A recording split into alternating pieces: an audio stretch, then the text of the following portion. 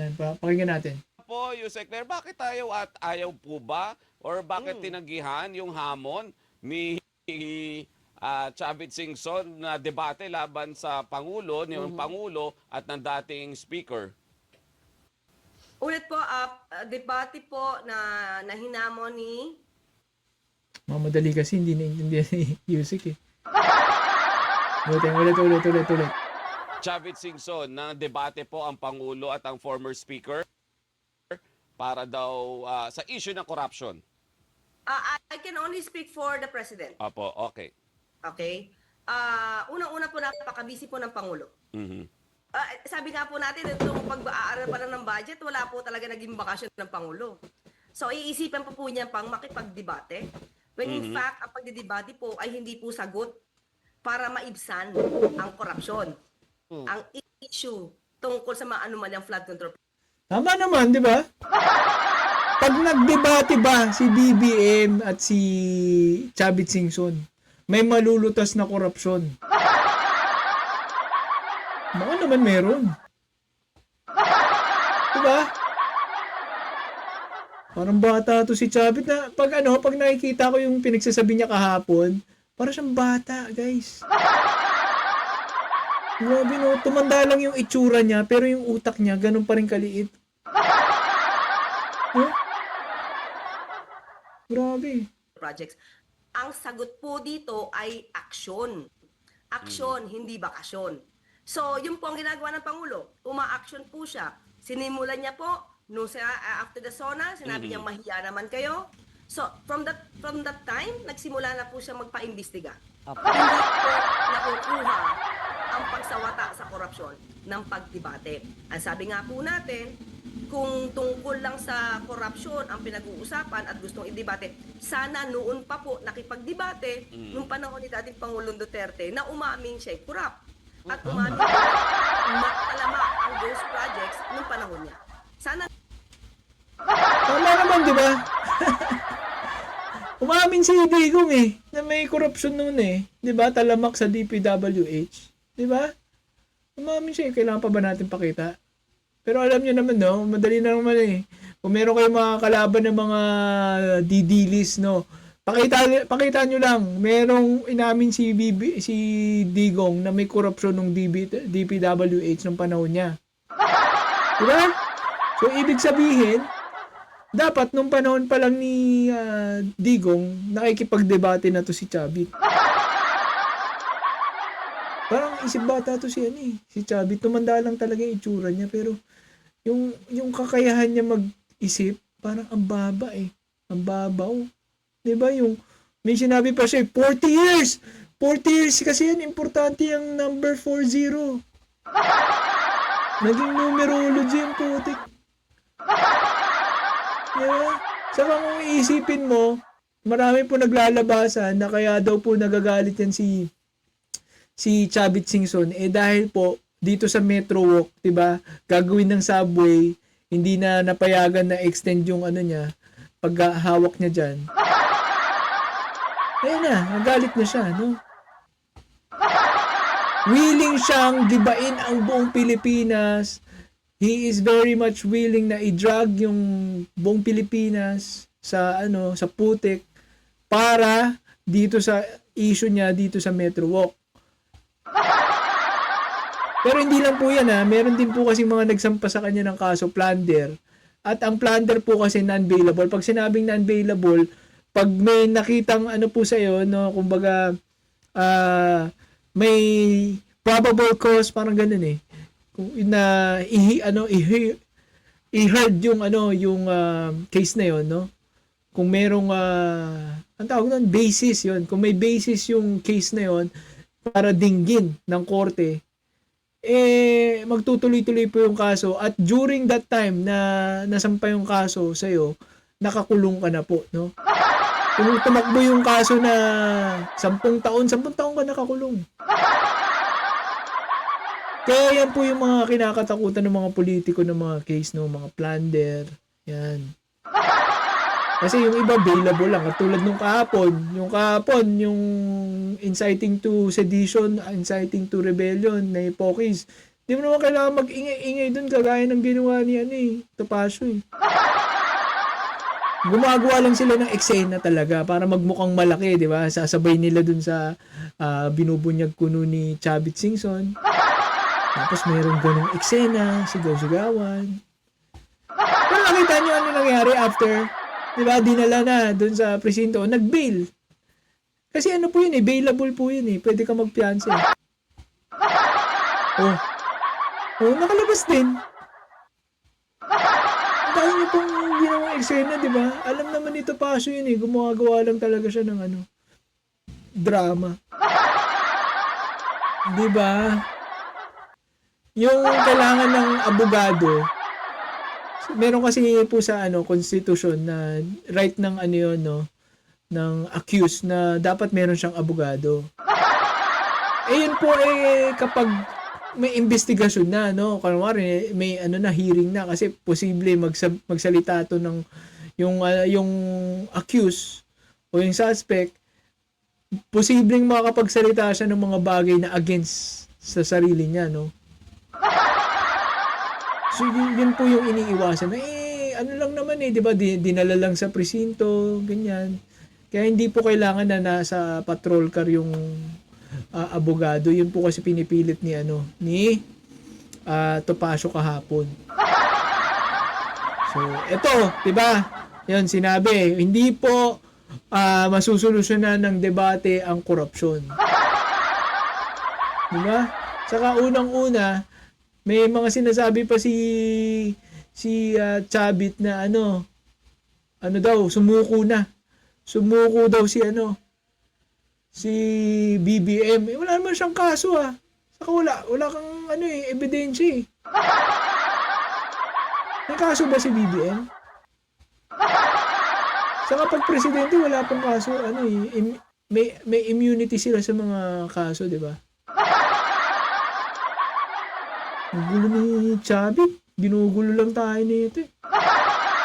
O yan, puntahan natin tinandaan ko na yung time mark nito eh. 5:30. Tatanungin si Yusek kung sasampahan ng kaso itong si Chavit Singson. Pakinggan natin. To inciting to sedition. Yan. At dapat nang bumaba. Yan po ba ay bordering to Ay, inciting? maganda yung tanong niya eh. Dito sa 5 minutes siguro. Dahil si Chavit Singson ay nag-imbita rin. Nag-iinganyo sa mga mamamayan na pumunta doon sa isang malakihang rally daw niya. At dahil doon ay ipapanawagan na sigurado na raw. Oo, sabi na niya. Bababa na Sigurado. Oo. na bababa na si Pangulong Marcos at dapat nang bumaba. Yan po ba ay bordering to inciting to sedition? Yes po. For me, my take, yes. Po? Sa akin palagay as a lawyer, yes Oo. po. Dahil ang pag-iinggan niya sa tao para pabaksakin ang Pangulo, patalsikin ang Ayun sinabi niya sa kanyang take po as a lawyer si Undersecretary Yusek Claire Castro. Undersecretary Yusek tuloy. Doble. 'Di ba? Sabi niya bordering na daw 'yun. Kumbaga nandun na, no? There's already a thin line, no? In between dun sa pang-iengganyo ni Chavit. Or lumagpas na ng linya. No? Yung pag-iengganyo ni Chavit sa mga tao na lumaban against kay BBM. Hanggang pa natin. Pangulo, inciting to sedition po yan. Ano pong gagawin ng gobyerno tungkol dyan? Kakasuhan ba Kasi siya? nag-press con po siya eh. Sa press con po niya yan sinabi. Okay, may iniinggan niya siya. Ang tanong lang natin, may nainggan niya ba siya? Okay.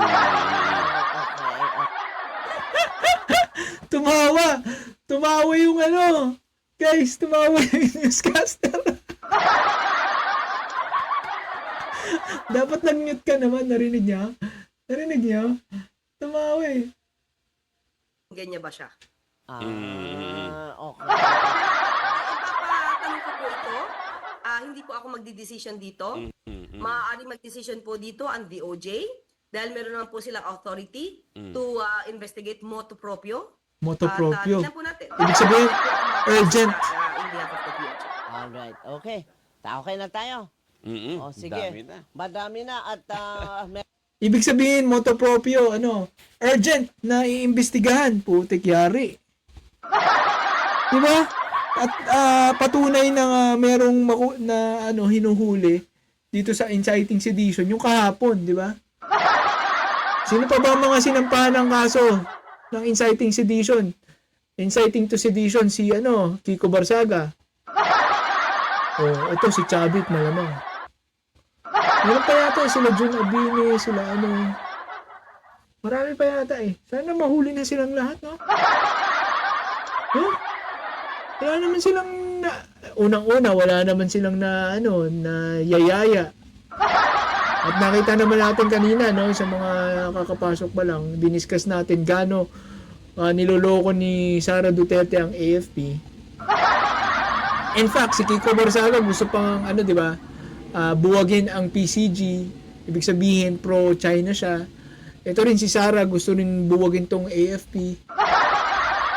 Dahil kay Bronner, di ba? So, pro-China yung mga yan eh. Paano mo mahihikayat yung armed forces kung ikaw mismo pag nahikayat, paano ba? Di ba? Kumbaga, paano papayag na sumapi sa'yo ang AFP kung ang plano mo sa AFP gugurin mo? Di ba? Parang nag-suicide naman yung AFP kung ganun, di ba? Sige, kampihan natin si Sara. Pag tapil na nila yung government, tatanggalin ko na po kayong lahat, yung manggagamit lang, parang ginawa ni Sara kay Ramil Madriaga. Di ba? Kaya, dapat kapag masama kang tao, may rin eh. Meron ka rin, doon magaling si Digong eh. Masama siyang tao, pero meron siyang yung mga key people, 'di ba? Hindi yung putik alam na alam, amoy na amoy ka na after mong magamit yung taong to, tatapon mo na, 'di ba? Yun ang lamang ni Digong, no? Masamang tao si Digong, pero ang dami niyang nauto na tapos talagang pinagkatiwalaan niya. 'Di ba? Ito si Sara wala, mukhang baliw to. Kahit nagamit ka niya, ang dami mo nang nagawa para sa kanya.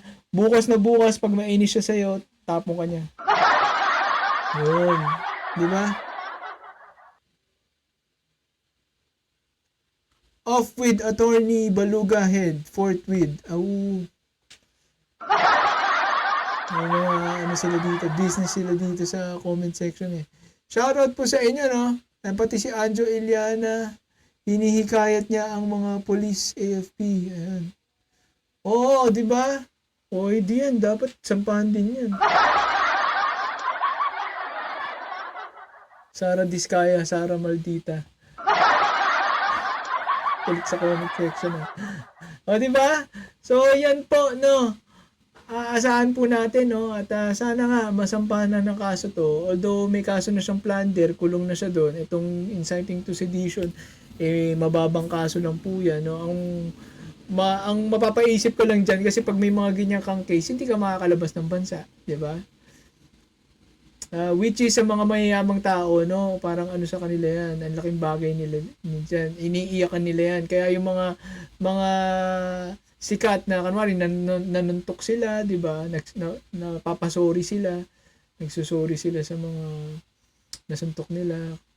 Kasi yun nga, although maliit lang na kaso yun, ang naman po nun, implication nun, hindi ka travel abroad, 'di ba? Yun po ang mga doon. Pero kung ganyan, compared dun sa plunder na pag sinampa pa lang ng kaso sa'yo, hindi ka na makakalabas ng kulungan hanggang matapos na yung case. Diba?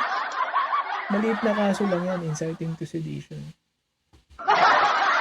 Alright, so sana matuluyan yan si Chavit Singson, Kiko Barsaga, kasi ilang DDS pa, di ba? Alam mo kasi, nag-aaya siya ng rally. Pero again, di ba? Nakita naman natin kahapon, pakita natin ulit. Actually, may bago. May bago akong video dyan eh. May bago akong video kay Chavit eh. Ayan, panoorin na lang natin. Di ba yung pa rin yung nag-rally siya, yung sa rally, pinapaalis siya. Di ba? Grabe, tanda-tanda mo na eh. Pinapaalis ka pa eh. Ayan na siya. Si Chav. Yan, papanoorin po natin yan. Diba? Paano ka? Diba? Panoorin po natin. Yan, play natin. Ayan na siya. Si Chavit Singson. Ang sabi niya, nakikiisa daw siya sa laban kontra corruption. Kaso hindi bobo ang mga Pilipino. Kaya alam pakinggan ninyo.